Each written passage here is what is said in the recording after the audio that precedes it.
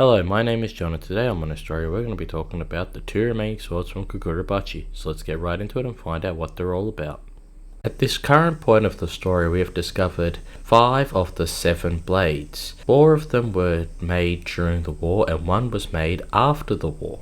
The one that was made after the war is known as N10 and it is used by Chihiro. And so N10, which can use goldfish to complete certain abilities. And some of these abilities are quite basic and some of them are very, very unique. The second sword we've discovered is known as Cloud Gouger, and it has a variety of abilities outside of its regular ability of using lightning to attack its enemies. It can also use ice as well as some form of liquid water or mist, which creates a lot of different effects and abilities to allow the user to disarm and eliminate the enemy. It was originally used by Misaka during the Seitei War. However, after the war it was used by Sojo, who had made the new contract. However, after Sojo's defeat, it is now still in the hands of Chihiro. The next sword that was discovered is known as Magatsumi, and it's able to use both nature as well as bugs to inflict pain upon its enemies. And so this is the general way to use this sword, and it is used by the Master Swordsman, the one that has done the complete genocide of a whole entire island. The next sword we learn about is known as Kume Yuri, and it uses a very unique way of creating hallucinations and afflicting its enemies through the use of food and drink sort of thing as well as play. And these sorts of abilities allow the user to, as I said before, control or manipulate the enemy into seeing things or hearing things that aren't really there.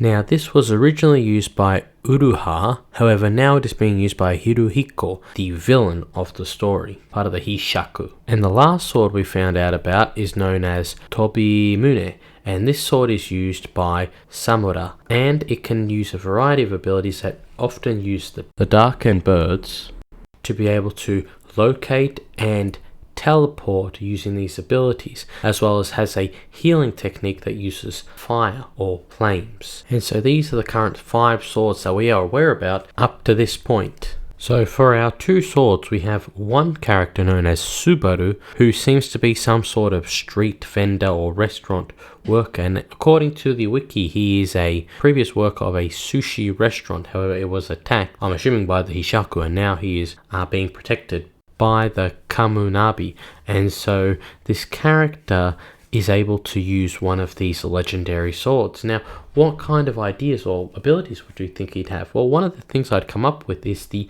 ability to use the earth to his advantage. What can we think about that? Well, let's think Avatar: The Last Airbender and we look at earth bending. Think about it like that. So he'd be able to create cracks in the ground that would open up a hole, trapping the enemy, or he'd be able to swing his sword and release these sort of dart-like rocks that would afflict damage upon the enemy, as well as other sorts of actions that could possibly be used through the abilities of the earth. Another aspect that could be a potential of the sword he uses is metal. Because he kind of looks like someone who would be in front of a fire, he could have been a blacksmith or looks like something like that as well.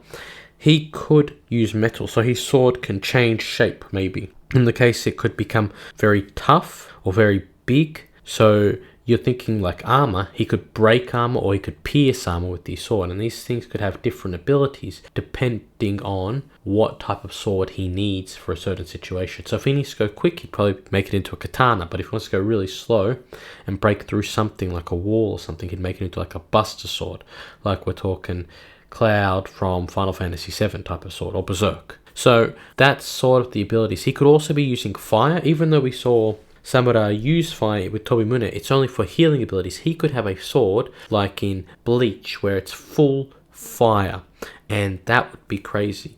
The last aspect I think that the sword could possibly have is calling upon the undead, or being able to control the undead. So he'd be able to kill an enemy, transform them into his slave, and then use it against other people like a necromancer.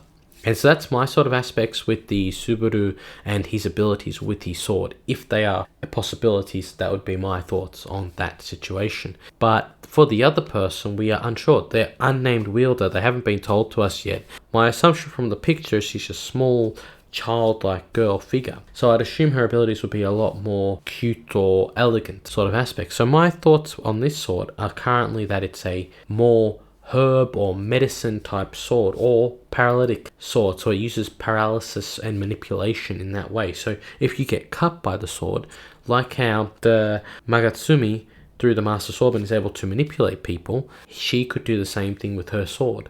Or she could get you to tell the truth or something like that. Again, it's very up in the air what her abilities are. I wanted to say she used ice, but the issue I have with her saying she uses ice is that there already is Cloud Gouger using ice as a form of stopping mechanism.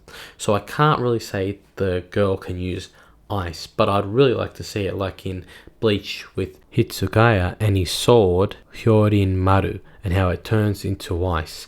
That would be really cool if she could use that ability. Now, what do I see for the future of Kagurabachi in relations to these 6 legendary swords? And one of the things I'd like to see is the Seitei War and what happened during that war. And one of the beautifulest things we're going to see, if that is possible, is the utilization of all these swords together. So right now we are seeing each sword being used one at a time against Enten. Generally, Uraha versus Samura, that was a choice of the 2 swords clashing, but it's very rare, and for the most part there's one-on-one sword fights. But during the Seitei War, I guarantee you there was a multiple swords being used together, which means we could see things like Cloud Gouger freezing people, and then Samura coming in, teleporting, and then slash, bam, cut someone. Or Subaru coming in and using his abilities, whether it be fire or raising your dead, then raising that person to come back, and then they would attack another person, which then we'd have the girl who could use her paralysis so it'd stop another person through then Cloud Gouger creating mist, and then you have Magatsumi just ripping through people just straight up, or the bugs coming out and just grabbing people, you know, and doing those abilities. So there's lots of different ways that the cohesiveness of these swords would be very good to see, but right now we are unsure, and because we don't have that ability to see, because most of the people that are using these swords are doing just one-on-one fights, it's hard to understand what has happened with the cohesiveness of these swords, how they work together in tandem, what makes them strong and weak with each other. But that is something I think they'll be explored further on in the story, and that is something that'll be very good to find out. But we need to find out these last 2 swords abilities before we can find out what is happening in the Seitei War and their cohesiveness of these weapons. And that's my take on the 2 remaining swords from Kagurabachi. Whatever happens from now on, I'm not too sure what they'll tell us about these swords, what their abilities are,